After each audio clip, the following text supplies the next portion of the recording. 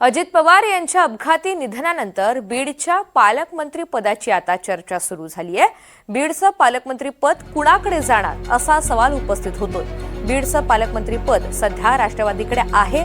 धनंजय मुंडे यांच्या राजीनाम्यानंतर अजित पवार यांनी बीडचं पालकमंत्री पद स्वतः स्वीकारलेलं होतं। मात्र आता त्यापुढे हे बीडचं पालकमंत्री पद नेमकं कुणाकडे जाणार याविषयी राजकीय वर्तुळात चर्चा रंगली आहे। अधिकची माहिती जाणून घेऊयात। मोहसिन शेख आपल्यासोबत आहेत।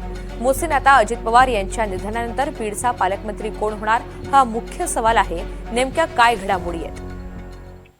नक्कीच आपण बघतो की राष्ट्रवादीची जशी चर्चा सुरू आहे तशीच चर्चा आता बीडच्या पालकमंत्री पदावरून देखील सुरू आहे। अजित पवार यांच्या निधनानंतर आता बीडचं पालकमंत्री कोण होणार याबाबत जोरदार चर्चा पाहायला मिळते। कारण आपण बघितलं तर धनंजय मुंडे यांच्यावर जेव्हा आरोप झाले तेव्हा त्यांनी राजीनामा दिला आणि त्यानंतर बीडचं पालकमंत्री अजित पवारांनी स्वीकारलं होतं। धडाकेबाज कारवाई आणि कामं देखील त्यांनी बीडमध्ये केली होती।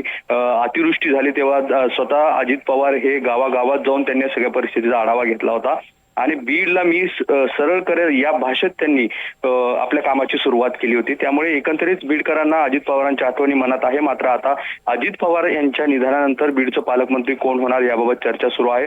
जर महायुतीत आपण बघितलं तर बीडची जागा ही राष्ट्रवादीकडे आहे। त्यामुळे राष्ट्रवादी पक्षाचा कोणी पालकमंत्री होतो का याची चर्चा सुरू आहे। सोबतच बीडमधून एकमेव मंत्री पंकजा मुंडे आहे की त्यांच्या देखील नावाची चर्चा आहे। त्यामुळे एकंदरीत या सगळ्या परिस्थितीमध्ये बीडचं पालकमंत्री कोण होणार याकडे सर्वांचं लक्ष लागलंय। धन्यवाद सविस्तर माहितीसाठी।